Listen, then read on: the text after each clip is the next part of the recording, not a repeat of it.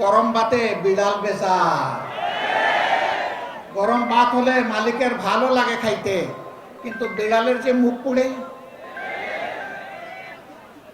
যারা মতলববাজ, লুবি, লুটেরা, তারা এটা চাইবে না। বলবে যে তারা কারা? তারা আপনাদের সমাজের লোক। এই সমাজ থেকেই আপনাকে বাছাই করে নিতে হবে। আল্লাহর আসমান থেকে আল্লাহ ফেরেশতা পাঠাইয়া এমপি এবং গ্রামের মেম্বার বানায় দিবেন না। এই মানুষের মধ্য থেকেই আল্লাহ চান যে মানুষের সমাজে শৃঙ্খলা বিধানের জন্য, ন্যায় বিচার কায়েম করার জন্য আল্লাহ কাউকে না কাউকে দায়িত্ব দেবেন। এখন আদালতে বসে আমাকে মাফ করবেন, আমি কাউকে কষ্ট দেওয়ার জন্য বলছি না, বাস্তব অবস্থার জন্য বলছি।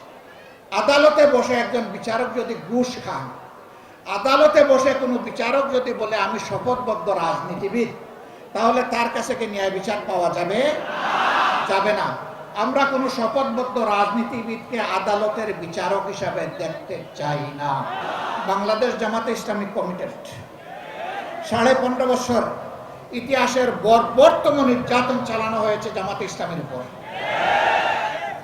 1-2 করে 11 জন শীর্ষ নেতাকে হত্যা করা হয়েছে, জুলুম করে বিচারিক হত্যাকাণ্ড ঘটানো হয়েছে।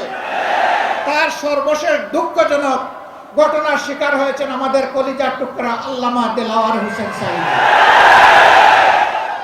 শহীদ আমিরে জামাত মাওলানা মতিউর রহমান নিজামী থেকে শুরু করে অধ্যাপক গোলাম আজম রাহিমাহুল্লাহ থেকে শুরু করে যাদেরকে হত্যা করা হয়েছে, আমরা দেখতে চাই এই জগতে সেই হত্যাকারীদের বিচার হয়েছে।